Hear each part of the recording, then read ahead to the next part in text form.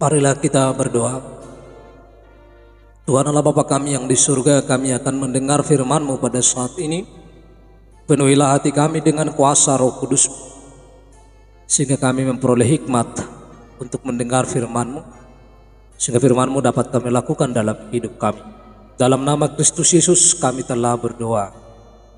Amin.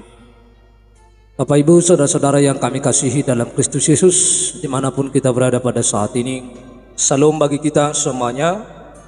Marilah kita mendengar firman Tuhan khotbah Minggu tanggal 29 Januari tahun 2023 yang tertulis di dalam kitab Ayub pasal 12 ayat 13 sampai ayat 25. Demikian firman Tuhan. Tetapi pada Allah lah hikmat dan kekuatan, Dialah yang mempunyai pertimbangan dan pengertian. Bila ia membongkar, tidak ada yang dapat membangun kembali. Bila ia menangkap seseorang, tidak ada yang dapat melepaskannya. Bila ia membendung air, keringlah semuanya. Bila ia melepaskannya mengalir, maka tanah dilandanya. Pada Dialah kuasa dan kemenangan. Dialah yang menguasai baik orang yang tersesat maupun orang yang menyesatkan. Dia yang menggiring menteri dengan telanjang dan para hakim dibodohkannya. Ia membuka belenggu yang dikenakan oleh raja-raja dan mengikat pinggang mereka dengan tali pengikat. Dia yang menggiring dan menggeledah para imam dan menggulingkan yang kokoh. Dia yang membungkamkan orang-orang yang dipercaya, menjadikan para tua-tua hilang akal. Dia yang mendatangkan penghinaan kepada para pemuka dan melepaskan ikat pinggang orang kuat. Dia yang menyingkapkan rahasia kegelapan dan mendatangkan kelam pekat pada terang. Dia yang membuat bangsa-bangsa bertumbuh lalu membinasakannya, dan memperbanyak bangsa-bangsa lalu menghalau mereka. Dia menyebabkan para pemimpin dunia kehilangan akal dan membuat mereka tersesat di padang belantara yang tidak ada jalan. Mereka meraba-raba dalam kegelapan yang tidak ada terangnya, dan Ia membuat mereka berjalan terhuyung-huyung seperti orang mabuk.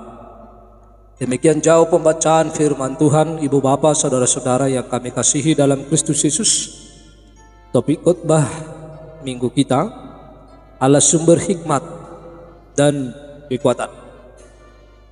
Dalam nats firman Tuhan ini, bahwa Ayub menanggapi apa yang dikatakan oleh Copar, bahwa Copar mulai dari pasal 11 memerintahkan Ayub untuk merendahkan diri di hadapan Allah. Copar tampil seperti orang yang hebat dan berhikmat, dengan pandangan bahwa orang yang menderita pasti berdosa, sehingga pantas mendapat hukuman.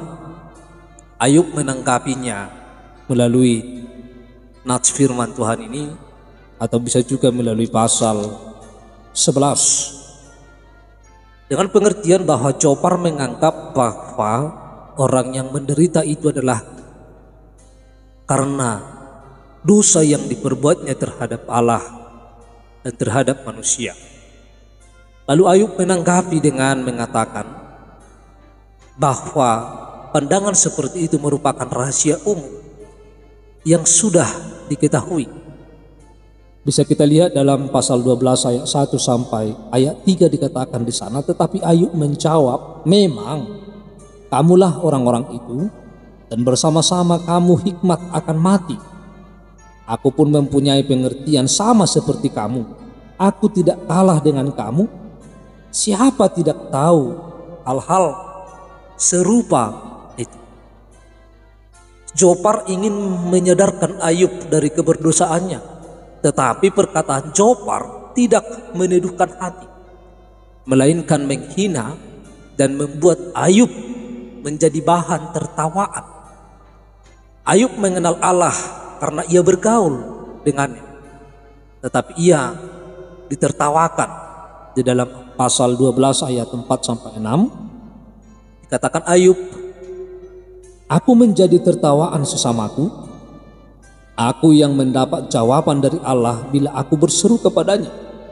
Orang yang benar dan saleh menjadi tertawaan. Lalu di ayat 5, Ayub juga menjelaskan bahwa dia adalah menjadi penghinaan atau dihina oleh orang lain. Maka oleh karena itu bahwa hikmat Jopar merupakan arogansi rohani atau kekasaran rohani karena bersifat menghakimi dan menuduh tanpa dasar. Ayub menyadari bahwa Allah berdaulat atas segala sesuatu. Saat kedaulatan Allah dikontraskan dengan ketidakberdayaan manusia. Itulah yang kita lihat dalam pasal 12 ayat 13 sampai ayat 25 ini, bahwa saat kedaulatan Allah dikontraskan dengan ketidakberdayaan manusia, tidak ada seorang pun yang pantas menyombongkan diri di hadapan Allah. Sebab Allah lah yang memiliki segala hikmat dan kekuatan. Itu yang dikatakan oleh Ayub dalam ayat yang ke-13. Tidak ada manusia yang berhikmat, tetapi bahwa manusia adalah berasal dari Allah. Kalaupun manusia memiliki pengetahuan bahwa semuanya itu adalah bersumber pada Allah. Lalu Ayub mengatakan dalam ayat 13, tetapi pada Allah lah hikmat dan kekuatan, dialah yang mempunyai pertimbangan dan pengertian. Maka ini adalah sekaligus membantah Jopar yang merasa berhikmat, yang memiliki pandangan dalam penderitaan orang lain, tetapi sekaligus menghina orang lain karena penderitaannya itu. Menempatkan orang yang menderita itu adalah orang yang paling rendah. Itulah yang diperlihatkan dan dilakukan oleh Jopar terhadap Ayub. Di dalam kehidupan manusia juga sering sekali, di dalam kehidupan kita seperti itu, bahwa kita merasa memiliki hikmat karena kita adalah berada dalam zona nyaman, sehingga orang yang menderita dan mengalami kesusahan, mengalami sakit, penyakit, mengalami penderitaan yang sangat luar biasa, dan kita menjadikan itu adalah sebagai sesuatu, kita menilai dan menghakimi bahwa orang itu adalah menderita karena keberdosaan dan pelanggarannya kepada Tuhan Allah. Itulah yang dilakukan oleh Jopar, menghakimi dan menuduh Ayub tanpa dasar. Dalam semuanya itu bahwa Ayub menjabarkan kedaulatan Allah yang tak terhingga. Ayub menjabarkan kemahakuasaan Allah. Ayub menjabarkan hikmat Allah atas dunia ini. Mulai dari ayat yang ke-14 sampai ayat ke-25, bahwa Ayub menjabarkan kedaulatan Allah yang tak terhingga. Kedaulatannya meliputi penguasaan alam semesta. Semuanya bahwa Allah lah yang berkuasa dalam semuanya. Oleh karena hikmat Allah lah segala sesuatu dapat terjadi.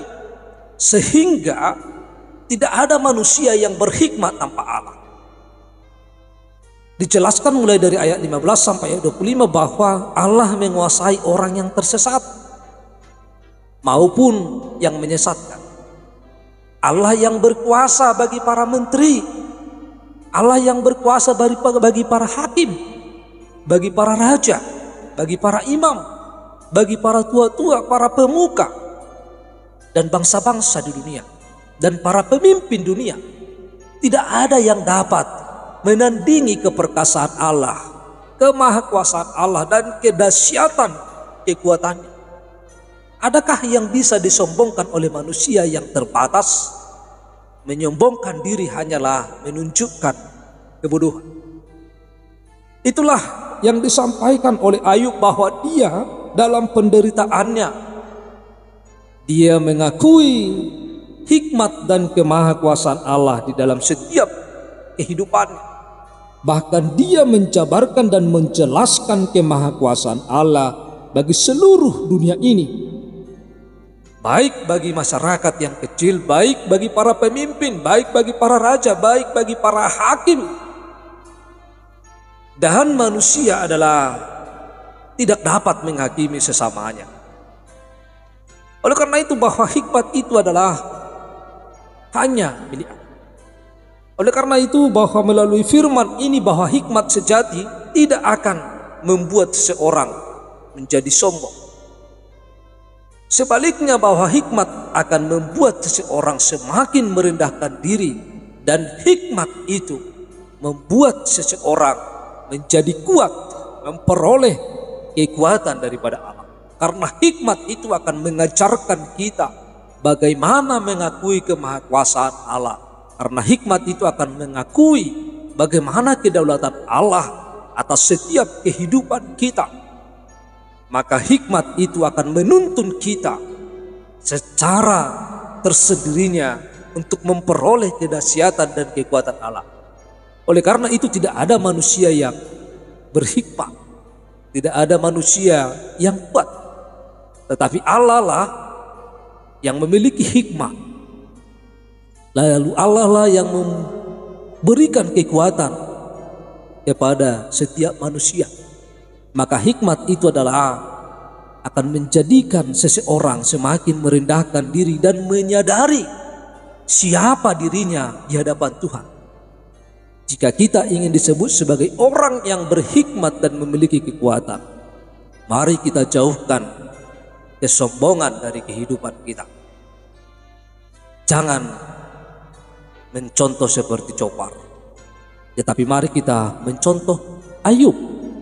Di dalam segala penderitaan, sakit penyakit, bahkan kehilangan banyak harta dalam kehidupannya, tetapi dia senantiasa mengakui kemahakuasaan Allah, kedaulatan Allah.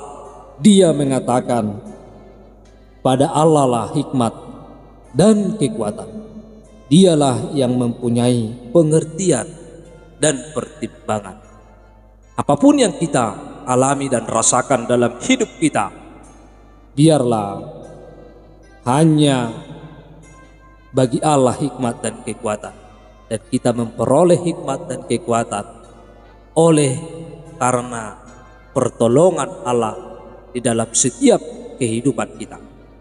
Mari kita berhikmat sehingga kita memperoleh kekuatan yang datangnya daripada Tuhan. Amin, kita berdoa. Ya Tuhan Allah Bapa kami yang di surga, kami telah mendengar firman-Mu. Biarlah kuasa Roh Kudus-Mu yang terus memenuhi kami, sehingga firman-Mu dapat kami lakukan dan kami dapat memperoleh hikmat yang daripada Tuhan dalam setiap kehidupan kami. Dalam nama Kristus Yesus kami telah berdoa. Amin.